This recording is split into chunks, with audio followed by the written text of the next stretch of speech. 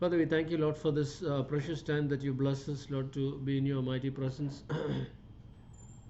We seek your presence, Lord. We seek your presence, Father. I mean, more than anything else, Lord, we seek your presence. Your word says, Master, that, Lord, even as we seek you with all of our heart, we will find you. Amen. And we thank you, Lord, that we are finding you. We are finding you. We are finding you in Jesus' name. Amen. Father, we are finding all that you promised us, Lord, all that you blessed us with. I mean, we are finding that, Lord, you have healed us, Lord, 2,000 years ago. And Lord, even as we share a few sessions on healing, Holy Spirit, we thank you that you are in charge, not me, not anybody else. It is you, and we trust in you, Lord. We rely upon you, Father, more than anything else, for the necessary understanding that we need to have, for the necessary clarity we need to have, for the necessary wisdom that we need to have to apply these truths in our life. I mean, to be able to understand the different dimensions of all these things, so that we might be able to walk victoriously in all of these. Thank you, Jesus. Father, we praise you, Lord. We especially commit all of us into your hands, Lord. Those who are here right now and those who are not here at the moment. Father, we commit all of us into your mighty hands. Thank you, Father, that your word will heal everybody. It is your plan and purpose to heal everybody, Lord. And Father, even as we all spend some time looking at your word, Father, we thank you that all of us will be healed. Those who will watch these videos later will be healed. And Lord, all of us will be able to minister healing to others too. Thank you, Father. We give you glory and honor and praise. Thank you, Father, for all the clarity that you're blessing us with. In Jesus' mighty name we pray. Amen. Amen. Yeah, praise God. I mean, as you all know, healing is a very close thing to me. You know, like I've been healing is not at all a foreigner to me, and I really thank God for everything that the Lord has done for us to receive God's healing in our daily lives. Uh, so we will look at some things on healing. Okay, not some things. Hopefully, we will cover everything that will be involved with our healing. You know, and normally it is probably this is the first time I'm doing something like this. We will cover every area which will hopefully touch our healing. You know, that's our intention. And by the end of this, all sicknesses should go. I mean, sicknesses shouldn't stay in our lives. Sicknesses cannot stay in our lives. You know, it should not is one thing, it cannot is another, because we are the sons of God. All of us are the sons of God, and we also will be able to receive healing, and we will also be able to minister healing to others. You know, because that's God's plan for all of us who believe. There are different anointings with respect to this.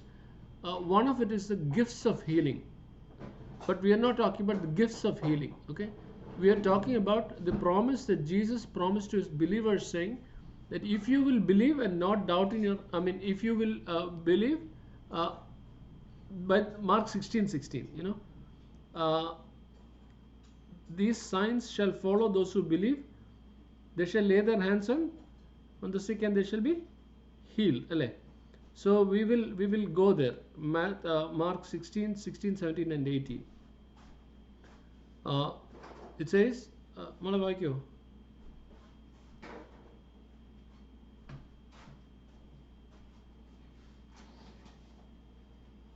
He that believes and is baptized shall be saved, but he that believes not shall be damned. And these signs shall follow them that believe. In my name shall they cast out devils, they shall speak with new tongues. 18. They shall take up serpents, and if they drink any deadly thing, it shall not hurt them. They shall lay hands on the sick, and they shall recover. Yeah. So, you know, like this is our end objective, to get all of us to that state where we are able to lay hands on those who are sick, and so that they might be able to recover. Okay. Yeah. So we will go to those things. Okay. Let us look at today. I think we will look at a couple of things. One is we'll look at the source of sickness. Okay. How sickness originally came into this world. Secondly, we will also look at some of the historical facts about how healings happen. And then, because we don't want to wait for the end of the sessions to start receiving our own healing and to start ministering, we will also share some scriptures which will be useful to confess and to meditate. Okay, so we will hopefully touch these things, and then we will continue next week. So, like when you look at how God created Adam, that is, Genesis is the book of the beginnings. So when you look at the book of the beginnings, you see that when God created man, what was God's plan for Adam and Eve? When you look at Genesis chapter 1, verse 26, it will tell you what was God's plan for Adam and Eve concerning this world. Can you read that, please? And God said, "Let us make man in our image, after our likeness, and let them have dominion over the fish of the sea, and over the fowl of the air, and over the cattle, and over all the earth, and over every creeping thing that creeps upon the earth." Okay, see that? So let us make man in our own image. So we are created in the image of God. Okay? So if people ask, how does God look like? Yeah, you can say, yeah, he looks somewhat like me. Okay? Because the Bible says he created man. Jesus looked like one of us, right? So, like God created man in our own image.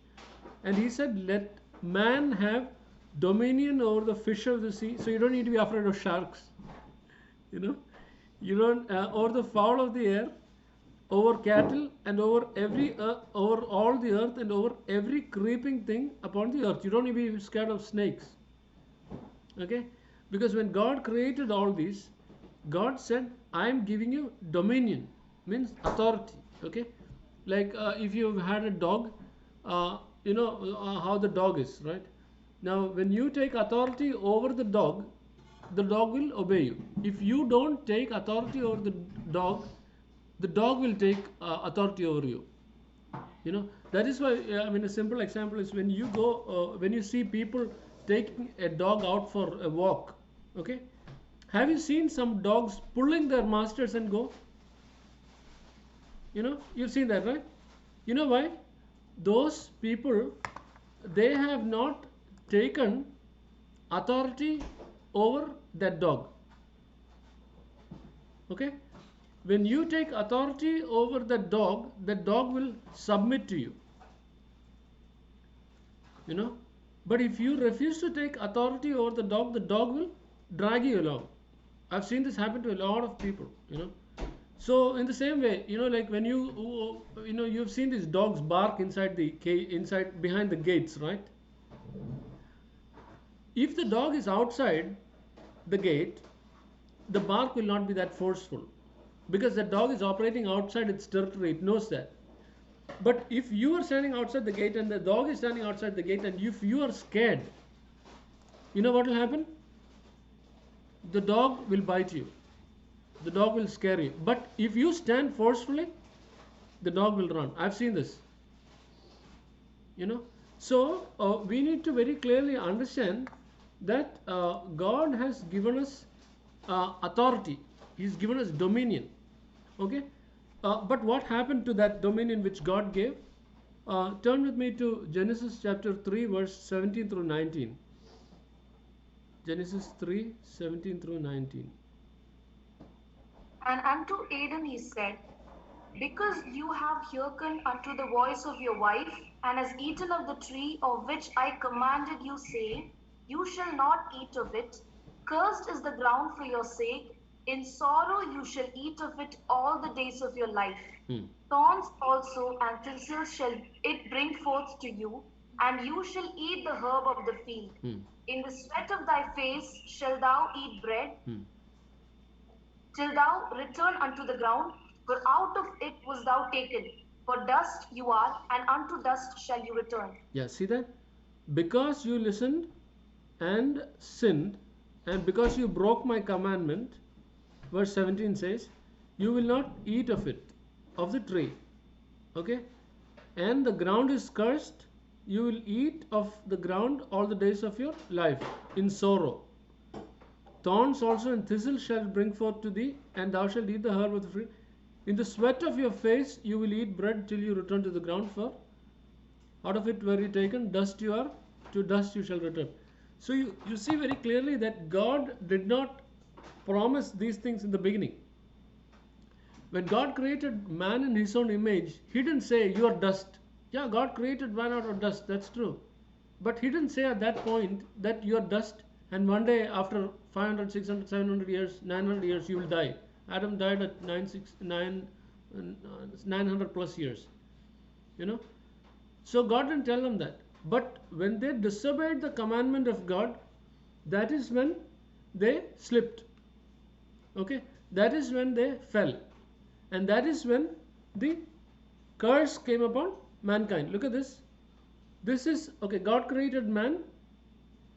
And when man sinned, what happened? All the problems, sin, sickness, poverty, disease, everything came in. Broken relationships, everything came in. Okay. So now, so you see, it was not God's design for man to be, even man to die. You know, man was created to live for eternity. But because man sinned, all this came upon people. Now, you know, we need to remember that there are actually, in today's world, there are two sources of sickness. Okay. When you look at sicknesses, you can see some of them straight away as demonic in origin. Okay. Some of them are straight away demonic. But some of them come through natural means. Right.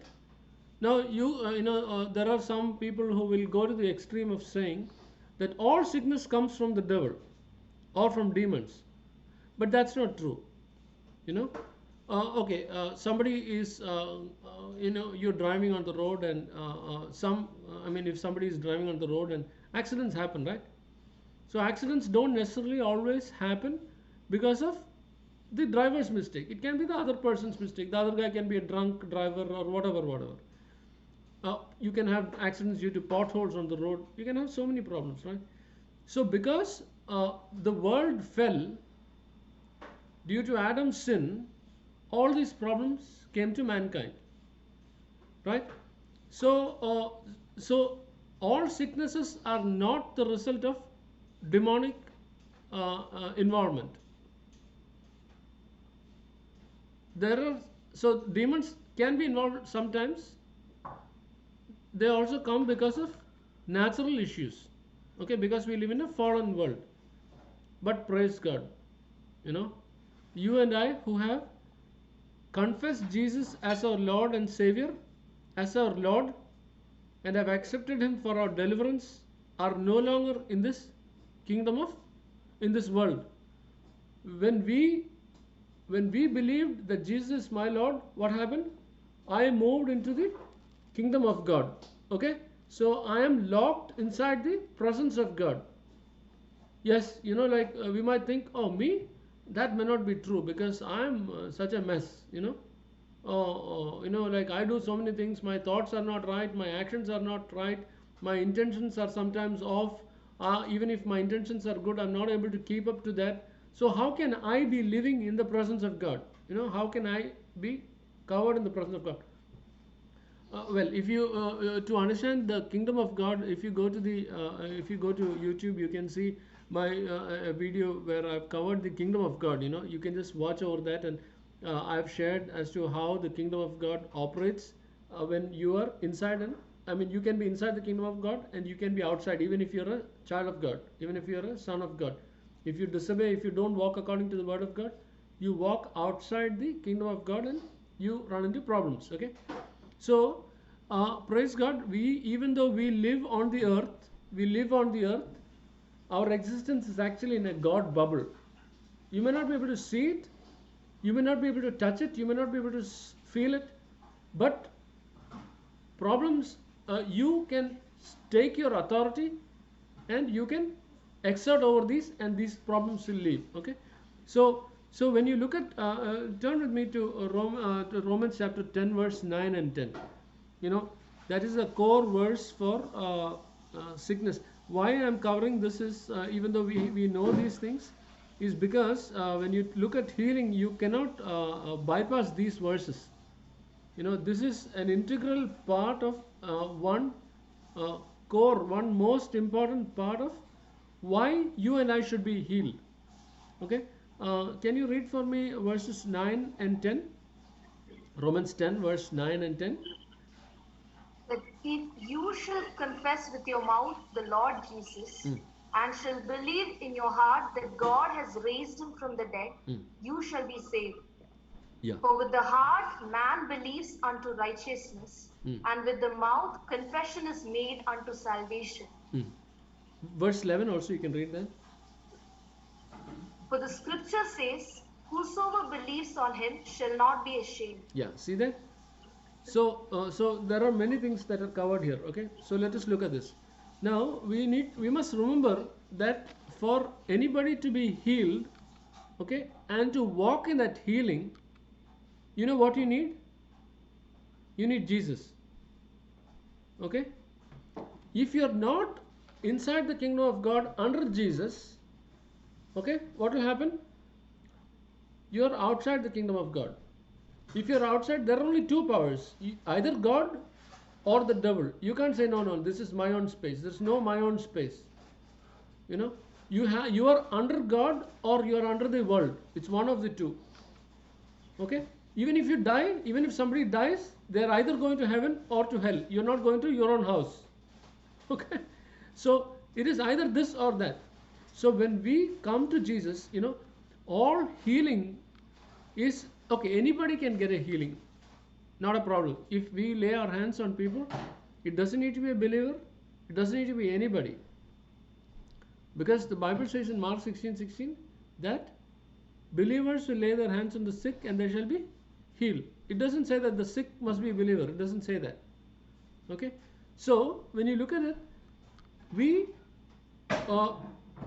for us to be able to receive that healing, even if a non-believer gets healed, this is the non-believer, okay?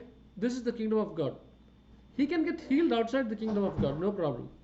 But if he does not come into the kingdom of God, this healing can be lost. You see that?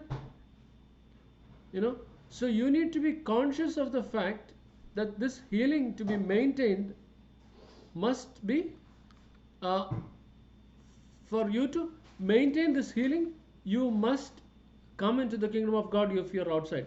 That is why there are people who get healed and then sometimes later the sickness recurs and then they have a problem.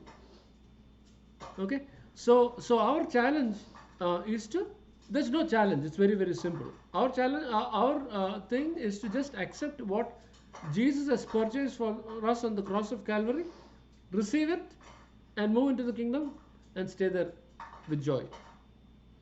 There is no joy outside the kingdom of God. There is no peace outside the kingdom of God. There is no benefit outside the kingdom of God.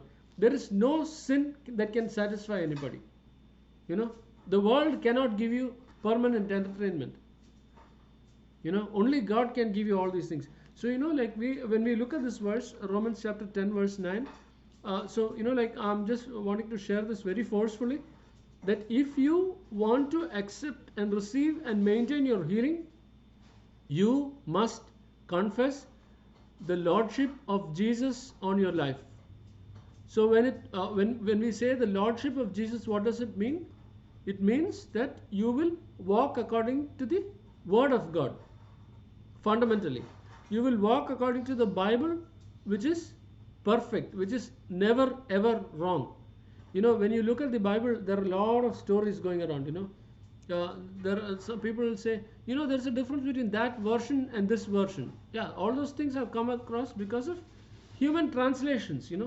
But you always have the original Hebrew and the original Greek to go back to and refer. Now, if you have a mobile device, you can download a Bible where you have Greek or Hebrew, and thank God for the internet today.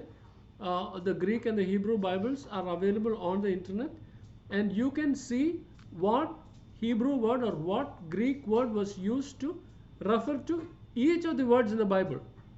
Okay, the New Testament was written in Greek, so you can see that the word used for saved, Romans 10 verse 9 and 10, that if you will believe, you shall be saved.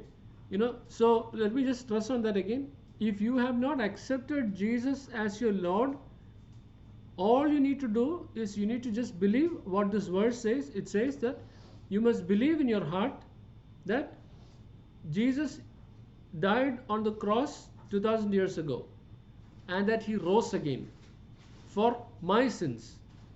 And open your mouth and say that, Lord, I believe this. I ask you to be my Lord. And the moment you do this, you know what happens? The moment you do only that, you move into the kingdom of God. You don't need to be water baptized. You don't need to have the baptism of the Holy Spirit. You don't even need to go to a church. You don't need to go to a priest. You don't need to go anywhere. Wherever you are, if you open your mouth and say, Lord, I believe that you died on the cross for me, according to Romans chapter 10 verse 9 and 10, I confess your Lordship and I thank you that you are saved. So the moment you do that, you are in the kingdom of God. Okay. So from then on, the promises in the Bible are applicable to you and me. Okay.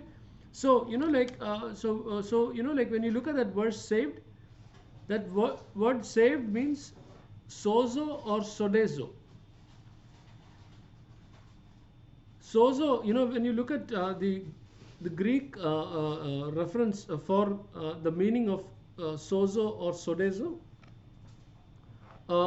it is multifold. So we can just read that verse quickly like this: that if you will confess with your mouth the Lord Jesus and shall believe in your heart that God raised him from the dead, you shall be sozo. Okay? You can read it like you shall be sozo. Now, sozo is a multidimensional word.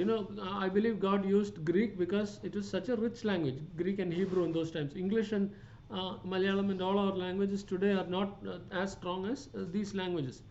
Okay, so sozo means to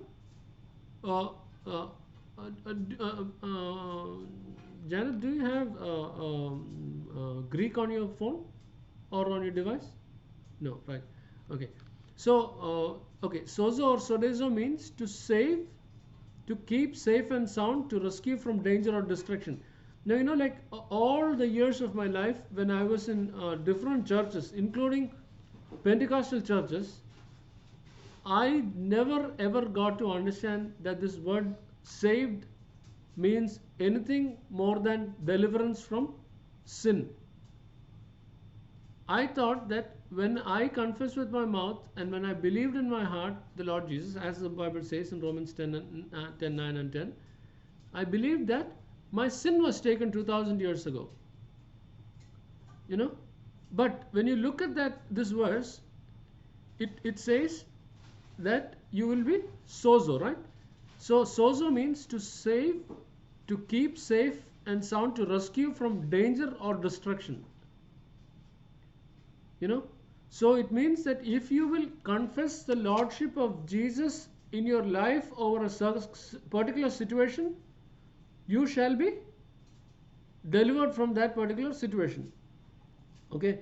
And one of the subparts of that is to save a suffering one from perishing, one suffering from disease, to be made well, to be healed, and to restore to health. Okay. So you can read that verse like this, that if you will confess with your mouth, all that, you will be healed. See that? Then another one is to preserve one who is in the danger of destruction, to save or rescue. Imagine somebody is having a problem with cancer, they are about to die. So this verse says that if you will confess with your mouth and believe in your heart that God raised him from the dead, you shall be delivered from that destruction. So like very often people think that cancer is a big thing.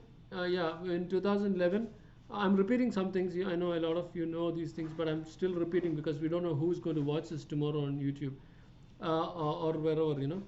I had this problem with cancer of the kidney in 2011, and I was totally delivered. Yes, they did take out my surgery, my right kidney, but I was totally delivered. And by God's grace, I know that these things cannot come back to me anymore, ever. I had several sicknesses, I had several issues with my body, and thankfully, not thankfully, because Jesus did it on the cross and I was able to catch it by faith, it is mine. Nobody can take it away from me, unless I'm foolish and I give up on my rights. So it says that it doesn't matter what the problem is, you will be saved. Now, okay, when you look at, so you can read that verse that if you will confess and believe, you shall be healed. Okay, verse 10 says this, for with the heart man believes unto righteousness, and with the mouth confession is made unto salvation. Okay, so the first word used was saved, which is sozo or sodezo, and the word used in Romans 10:10 is salvation. Salvation means soteria. Okay, soteria also means almost exactly the same as sodezo. Okay, so in fact soteria is a bit more detailed. It says a deliverance, preservation, safety. It says deliverance from the molestation of enemies. It says redeemed from all earthly ills. So when man became saved, so you remember this, when Adam sinned, what happened? When Adam sinned, all the curses came upon mankind. All the problems came. Okay? So the word soteria says, so these are the ills of the world, the problems of the world. So when Jesus died on the cross of Calvary, these are all lifted up. Why? Because I am no longer in the world, but I am under the kingdom of God, in the kingdom of God. Okay? So I am delivered from all of these, all the problems that came into the world. In fact, we even have dominion over a lot of things. We have personally experienced these things. So that's why I'm telling you this. So it says to be redeemed from all earthly ills, and it goes on to say to be delivered physically, to do well in life. It is all those other meanings. Okay.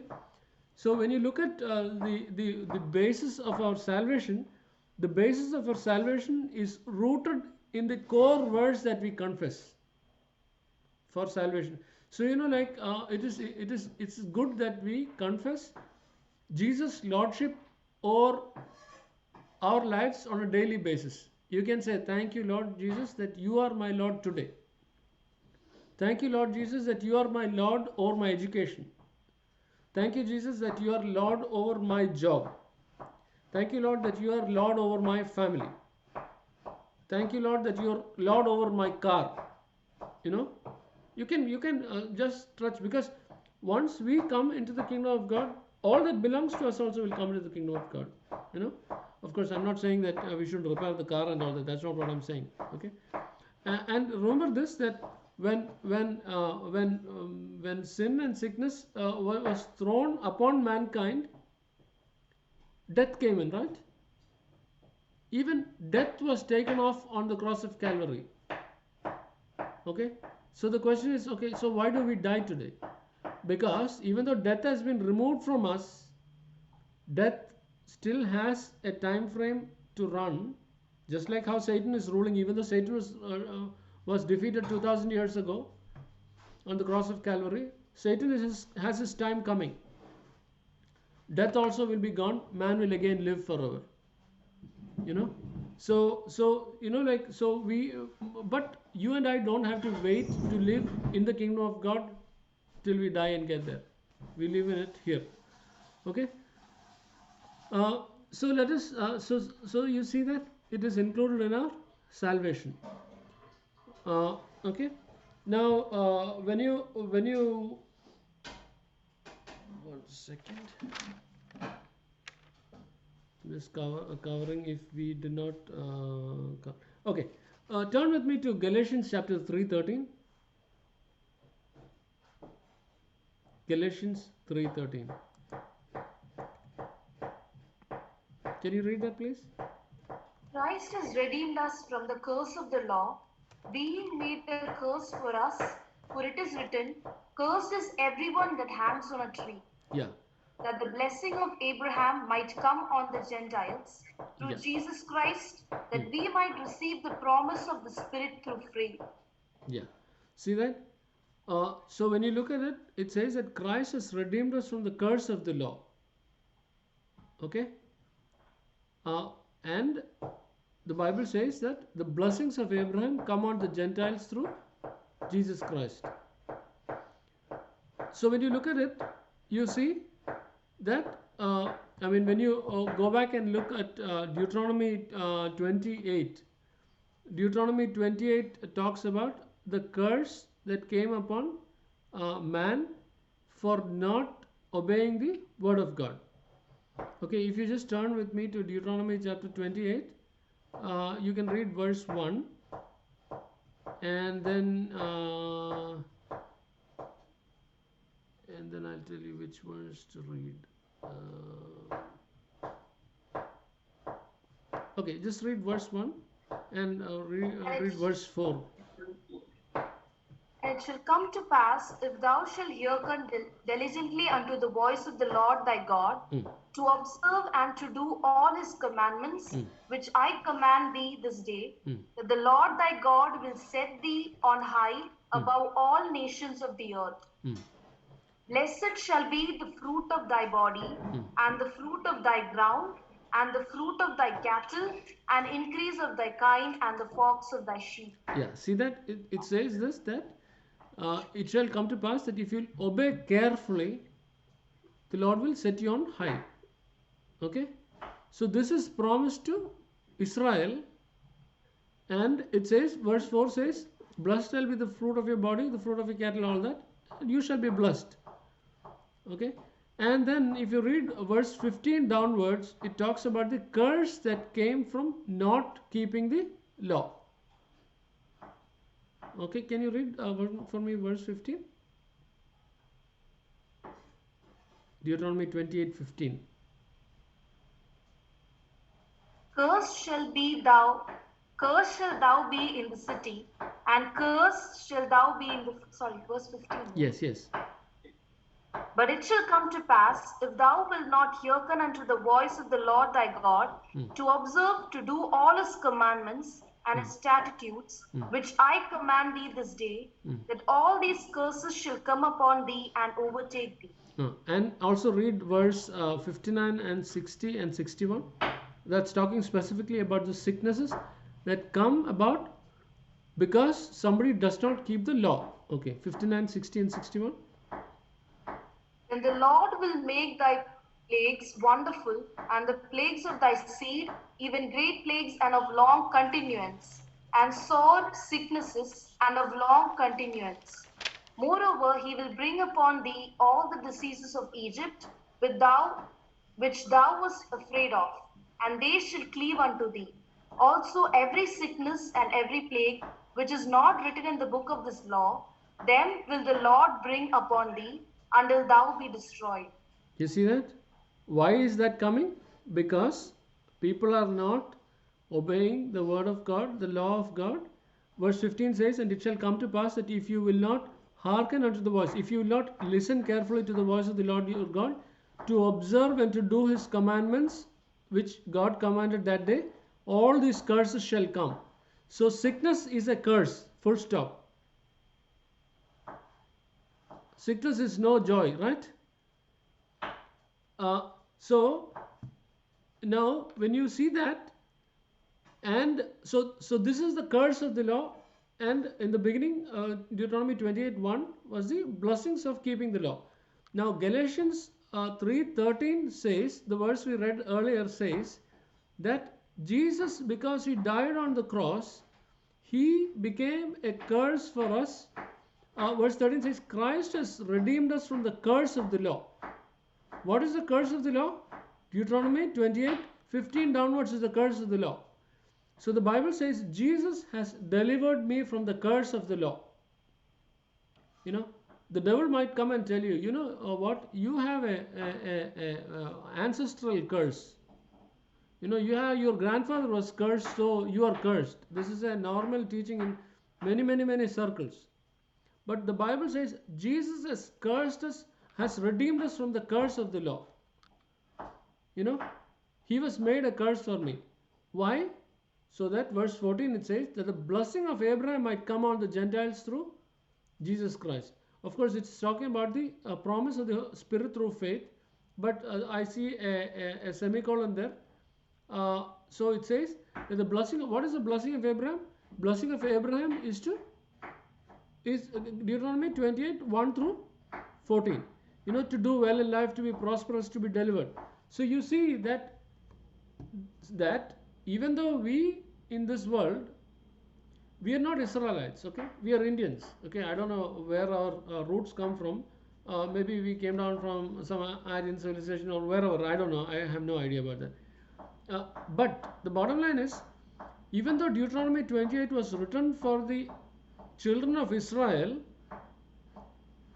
because I accepted Jesus, Jesus is my connection. Jesus is my connection, and because Jesus is my connection, I can receive the blessings of Abraham. And the blessing of Abraham definitely does not include sickness. So you see that in many ways we are just trying to understand the source of sickness, even as we try to deal with it, because with understanding comes great faith. The Bible says in Hosea chapter 4 verse 6, my people perish because they do not know. My people perish because of the lack of knowledge, it says. My people are destroyed for the lack of knowledge. And it's specifically with respect to the lack of knowledge of the Word of God. When you learn to drive a car, or when you learn to ride a motorbike, once you learn it, to somebody who has not learned, it might be amazing, right? I mean, to me, it is always, I still cannot really come to grip with the fact that somebody can ride on a two-wheeler. Of course, I ride motorbikes. Can ride on a two-wheeler, and the moment that thing stops, you're going to fall. And you can drive at high speeds. And to me it is an amazing thing. How on the earth can you maintain your balance? Like, I don't know. You don't ask me the theory and all that. There are so many. Of course, people are doing it, but the bottom line is, for somebody who's never ridden a cycle, who's tried to learn to ride a cycle, they know how challenging it is, right? So like the bottom line is, when we get knowledge, when we learn, when I learned to ride a cycle, I've seen others ride a cycle, so I knew it was possible. And because I knew it was possible, what did I do? When I was young, I got onto a cycle and ride. And the first many times I fell, but I persisted in it, and then I learned to ride a cycle. And now, if I had to ride a bike, I don't need any faith. I don't need any faith. Why? Because I know I can do it. Correct? So today when I get on a bike, I'm not thinking, oh my goodness, how do I put my leg on the footrest? How do I put my other leg on the footrest? Or if I'm going to pedal a cycle, will this cycle hold me up? I'm not thinking anything, I'm just pushing my cycle or my motorbike out, and I'm getting on it and I'm just going off. The faith is by default built in. Correct? So with knowledge comes great faith. The key to faith is not removing doubt. The key to faith is adding knowledge. If you have a doubt that you're going to not pass in this exam, what are you going to do? You're going to study, right? You're not going to say, no, exam, I want to pass, I'm going to pass. No. You're not going to exercise any nonsense faith. You're just going to get back to your books. So with that knowledge, with preparation, comes great faith and great confidence. Somebody who's been at the top of the class every year knows they're going to do it next year. Why? Because you're going to put in the same amount of effort. So like we need to understand some things with respect to healing. Okay, and then let me also touch on one more thing, and then we will stop with that. Turn with me to Exodus chapter 12, verse 37. You know, when you look at Exodus chapter 12, it talks about the children of Israel. Can we read that? Exodus chapter 12, verse 37. And the children of Israel journeyed from Ramesses to Succoth, about 600,000 on foot that were men, beside children. 38. And a mixed multitude went up also with them, and flocks and herds, even very much cattle. See that? So the Bible says the children of Israel, how many people? It talks about 600,000 men. Okay? And this 600,000 men is the men who could pick up a weapon. Okay? Capable people. It is not talking about the elderly people, it's not talking about the children. It is talking about people who were capable to deal with things, with enemies. Okay? So when you look at the general population of general population, you see two things. One, I mean, you see that the ratio of men to women is about 1,000 to 998 men to 1,000 women. Okay, or 998 men to 1,002 women. So the ratio is that's a healthy ratio all the time. So in Kerala we have that ratio around that much, but in other parts we may not have that, you know, because of some nonsense that goes on. So the bottom line is, if there were 600,000 men there, approximately women of the same age group will be 600,000. Okay, so that is 1.2 million. Okay, in those days they had 7, 8, 9, 10, 12 children. Okay, today we might have 2 or 3 children. Okay, we have 3 children. So let's just count one child per family. So that means under 600,000. So you have 600,000, 600,000, 600,000. So 1.8 million. Okay, and then you know, because those days people would get married young, they would have grandparents and great grandparents and all of them. So let us count a grandfather and a grandmother, you know, on one family side. So that is how much? So this is under 1.2 million. So about 3 million people. And it also says that there was a mixed multitude that went out with them who are not from Israel. Okay, so and then of course you have cattle. Correct? You have if you drink one glass of water and quieten down your thirst, is it enough to give a glass of water to a cow? It'll need a bucket of water, right?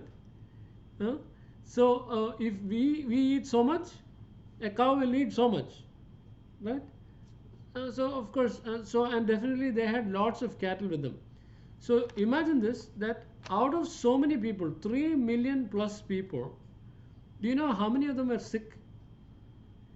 You know, and now let's look at the history of Israel when they were in Egypt for about 430 years. When you look at the children of Israel in Egypt, they for a minimum of 200 years they were in bondage. Okay, and the Bible says that they were treated so harshly by the Egyptians that their cry, the Bible says, God tells Moses that their cry reached up to my ears. Okay, so imagine these people are being so harshly treated. Okay, they are not taken, I mean, they don't go to the hospitals. If a slave master beats up and breaks somebody's leg, they're not going to be taken to the hospital. You know, they are definitely not fed well.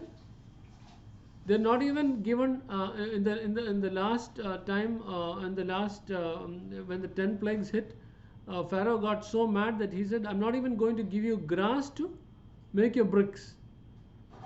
So if he's not even going to give grass, I don't know what he's going to do about the food. I don't know what they're going to do about the water. So definitely there were lots of people sick among that 3 million people, and what we need to remember is just this much. Okay, imagine in any gathering. Okay, just think about your own church or your own extended family. Okay, your family, your parents, your siblings. uh, if you just take so many people, definitely a lot of people have different kinds of sicknesses, correct? If you look at a church, a lot of people are having issues with their body. They may not be dying with that sickness, but they all have lots of issues. But when you look at Psalms 105 verse 37, it says how many people were sick among those. Turn with me to Psalms 105 verse 37. He brought them forth also with silver and gold, and there was not one feeble person among their tribes. See that? This is talking about the children of Israel. Read verse 36, please. He smote also all the firstborn in their land, the chief of all strength. Yeah. So this is talking about the last plague which hit Egypt before they were thrown out of Egypt. Correct? So it says that he smote them, and verse 37 says that he brought them forth out with silver and gold. So that's talking about prosperity. Jesus also delivered us from poverty into prosperity. Okay? But that's not our focus. Financial deliverance is not our focus. Our focus is healing. But of course, these principles can be applied in the same way to our finance and to every area of our life too. And it says that there was not one feeble person among their tribes. So look at it this way, that I will want to think that out of 3 million people, easily about 1 million people had some problem or the other. Okay, it would be very, very easy to think that there were at least 100 people who were seriously sick. I mean, you don't need to do any hard imagination for getting a grip to think like that, right?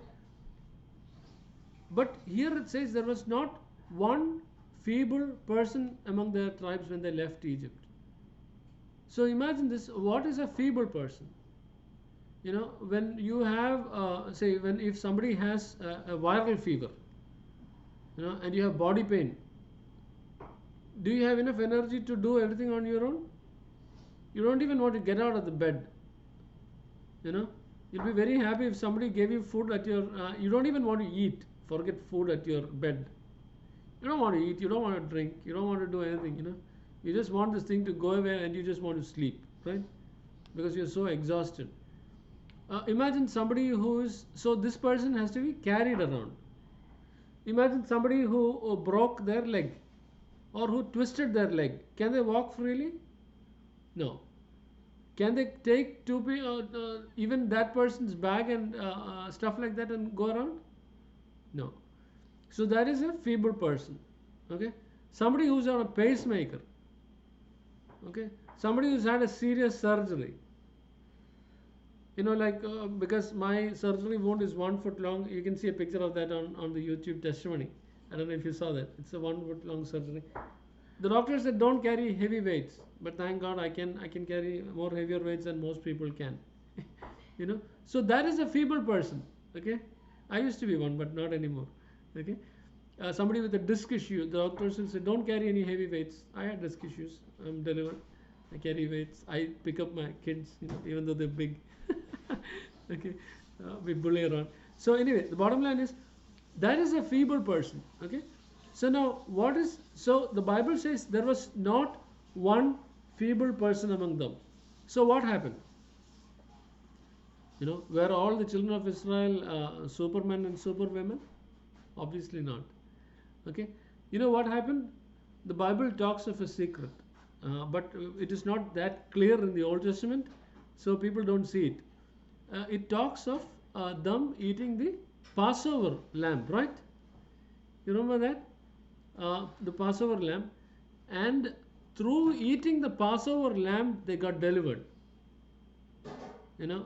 Okay, let us just look at the Passover lamb is the Old Testament. Okay, what is the New Testament? It is the Lord's Supper.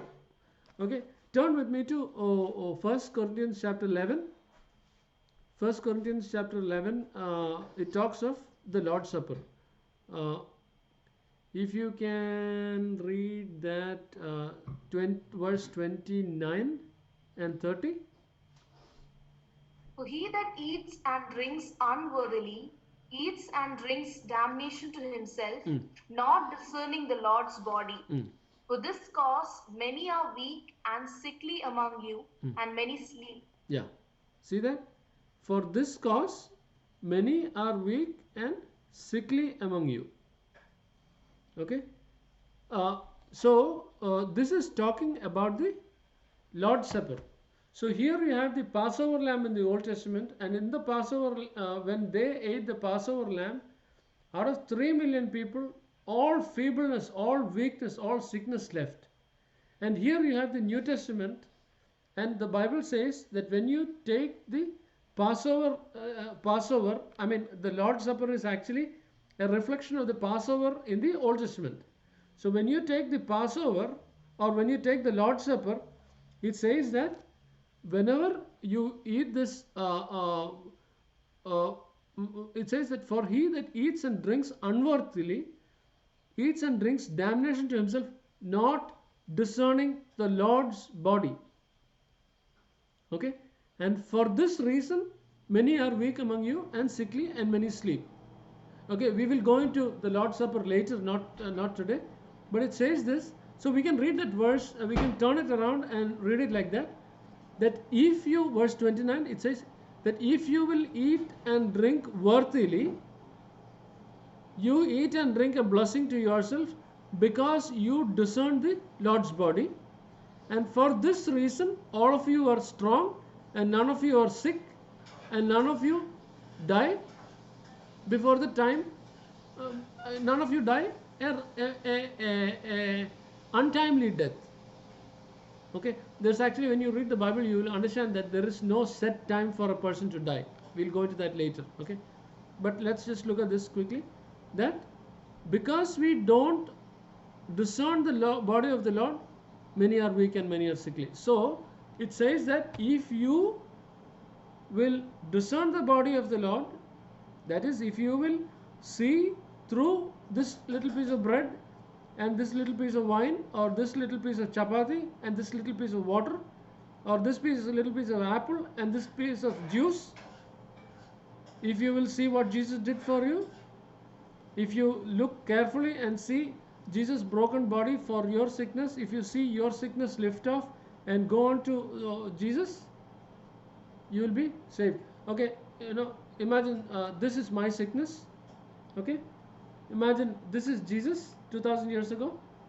So when did I confess, when did I get deliverance from my sins?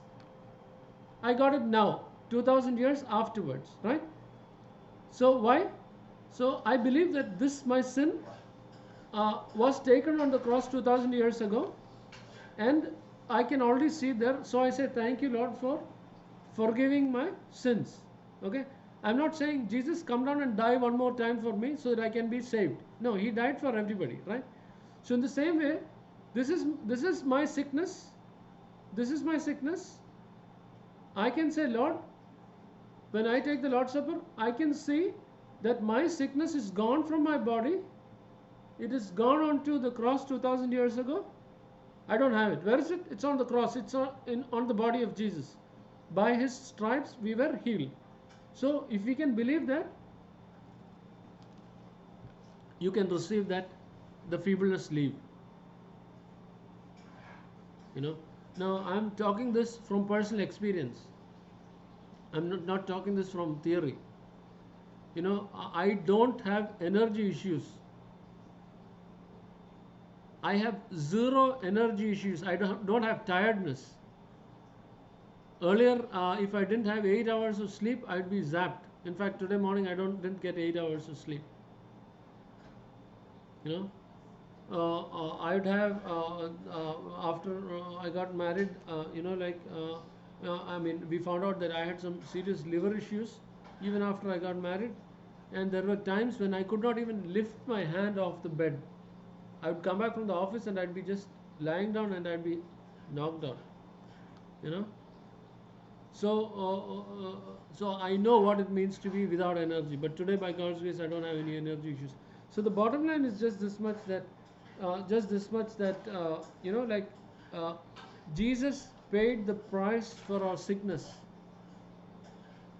You know, we are in the kingdom of God. We are not in the kingdom of the devil. And we see that sickness was covered in my salvation. It was covered in sozo. It was covered in soteria. It was part of the part of God's design. God did not create man to die.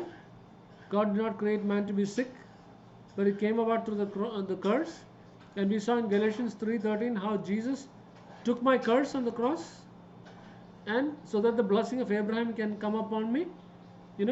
And we also saw how the children of Israel, about 3 million, were delivered from all their sicknesses. And how the equivalent of that is the Lord's Supper in today's in the New Testament age, and how we can receive it.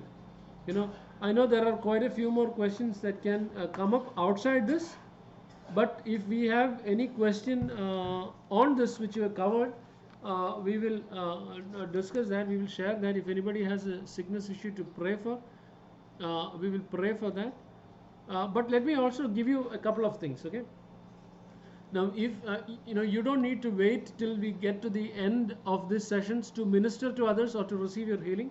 So I'll just quickly tell you some things to do so that you can activate the process even now.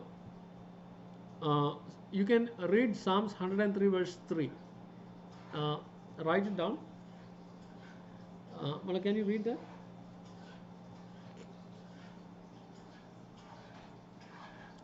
Psalms 103 verse 3. Who forgives all thy iniquities, who heals all thy diseases. Yeah. See, so it says, "Blessed Lord, O my soul, all that's within me, bless His holy name, who heals all my sins."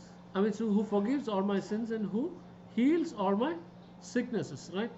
So you can use that verse, write it down, and say, "Father, I thank you." This is what you need to say if you need healing, or if somebody else needs healing. You can share these verses with them. So you can speak these words. Words have great power. If you want to understand that, you can go to the YouTube channel that we have, and you can see I have shared about the parable of the fig tree incident in which Jesus in Mark 11 it talks about how Jesus dealt with a fig tree that did not bear fruit. Okay, that's one of the foundations for faith. So if you to understand that what we speak is what we will receive, you can listen to that, or we will cover those later. So just speak this on your body, or you can lay your own hands on the part of your body where you need a healing. Actually today healing even travels through phone, through the internet lines, not an issue, because there is no distance in the spiritual realm. So you can just speak, and you can say, "Thank you, Lord, that I am healed 2000 years ago on the cross of Calvary." Because the Bible says you took my sins on the cross, and so you took this sickness. Say if you're suffering from blood pressure, giving an example. These days nobody thinks too much about blood pressure. It's part of life, right? "Oh, you got blood pressure? Are you sick?" "No, I'm not sick." "But do you have blood pressure?" "Oh, yeah, I have blood pressure, but that's not sick." It's part of life. I don't have these things. Okay, so you can say, "Thank you, Lord, that you took my sins. Thank you, Lord, that you took I don't have it, but you took my blood pressure. Thank you that I'm healed by the stripes of Jesus." Then another verse that you can read is Matthew 8:17. Matthew 8:17. If you can read that. "That it might be fulfilled which was spoken by Isaiah the prophet, saying, Himself took our infirmities and bare our sicknesses." Yeah, see that? The Bible says that Himself took my infirmities and bore my sicknesses. So as I mentioned earlier, this was my sickness. Because Jesus died on the cross of Calvary, He bore it for me. It's not with me anymore, right? So Himself took my infirmities and bore my sicknesses. And of course you can go back to the verse for salvation, and you can say, Lord, the Bible says that if you will confess that Jesus is Lord, you shall be saved. And so I thank you. This is what you need to say. Just follow what I'm saying. I thank you, Lord, that you have healed me of my blood pressure issue, and I thank you, Father, for that. And just do that 3-4 times a day whenever you think about this sickness that's bothering you, and you will see how it leaves. Okay, so you can do this for yourself, or you can do it, ask somebody else to do it. Because as I was mentioning, with knowledge comes great faith. So let us get through this. Yeah, so if anybody has any questions, you can share that. Any questions? Brother Vicky, you told me about your brother, so you can tell him to do this. I don't know. Yeah. Because we could not ask him. He cannot understand English. Okay. So another problem, and he has no phone with the internet. No problem. That's why like we are doing two things. One here is to receive it for ourselves, and one is for us to be a blessing. So you can translate it across to him. Yeah, sure. Okay. So share these things, and fundamentally, we must remember that you can pray for him and he can be healed, even if he's not a believer. Okay. Because that's what Mark 16:16 says. But it is much more better if he can confess Jesus as Lord. One of the things that I tell people from other faiths is just this much. Okay, you pray to your gods. No insult. No insult meant to them. We love the people of every faith, even though we may not accept their faiths. This is what I ask people. Okay, this story comes from mind. I had a friend of mine who went to study in UK, and for a number of years after his education, he couldn't get a job. A strong Hindu. So he told me, George, I'm not getting a job. I said, you tried all your gods, didn't you? He said, yes. I said, do one thing. Give Jesus 2 weeks. The 2 weeks came out of my mouth like that. Okay, I didn't have it on my mind. I said, give Jesus 2 weeks. See what he does for you. Within 2 weeks, he came back to me and said, George, I'm going for my interview. The guy wouldn't even get an interview. He got the job. He's still on my group where I share the health food and the faith food, but he's not able to take a step forward. God has so much in mind for us. But if you accept him as a little genie out of your pocket to rub and get your little job, he will stay there. So you just go ahead and share with him these things, and right now don't push him to accept Jesus. Speak to him. Do you have any believers around him? No. Okay. So you do one thing. You tell him to lay hands on his own body, and you say, by faith, I'm laying hands on you by faith, and 1 second. Yeah. So you say, I'm laying hands on you through faith. Okay. And the Bible says, through believers, believers shall lay their hands on the sick; they shall be raised. You say that, okay? I don't know what is your level of faith, but just be bold, okay? Just be bold, because I told you to do this, okay? Just be bold. So you just tell him to lay hands and say, by faith, I'm laying my hands. I'm doing this because I'm telling you to do this because I'm agreeing with you that he'll be saved, that he'll be delivered. There's great power in agreement, okay? So you're ask him to lay his hands on you, on his own body. You say, I'm laying my hands on you by faith, and just pray a prayer and say, Father, thank you for delivering him from all his problems. And see what happens to him. Okay. I was talking to somebody earlier, and we were they were saying that okay, they accept Jesus as their Lord, but they are not from the faith that we have. They also pray to they're Catholics. We just had this discussion little while ago, and so I said, don't worry, you don't need to push them out of Hinduism or out of Catholicism or anything. All you need to do is share with them the truth, and then what they will do?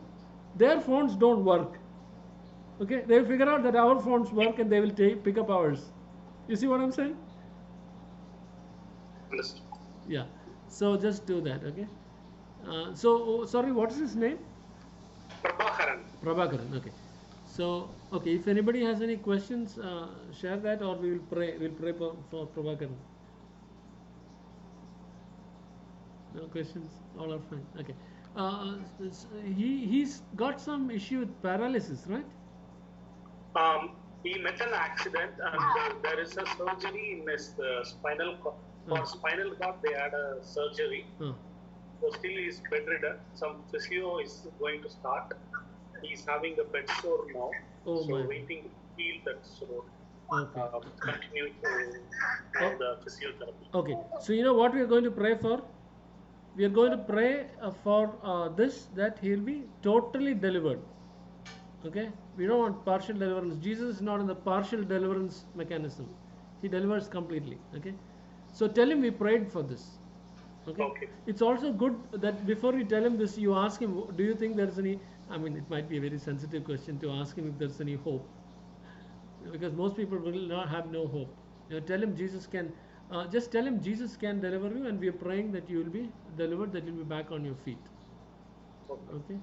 So we'll just pray for him right now. The Bible says if two of you will agree upon anything, even though they're outside the kingdom of God, healing can come on them. Because Jesus healed everybody who came to him. Okay?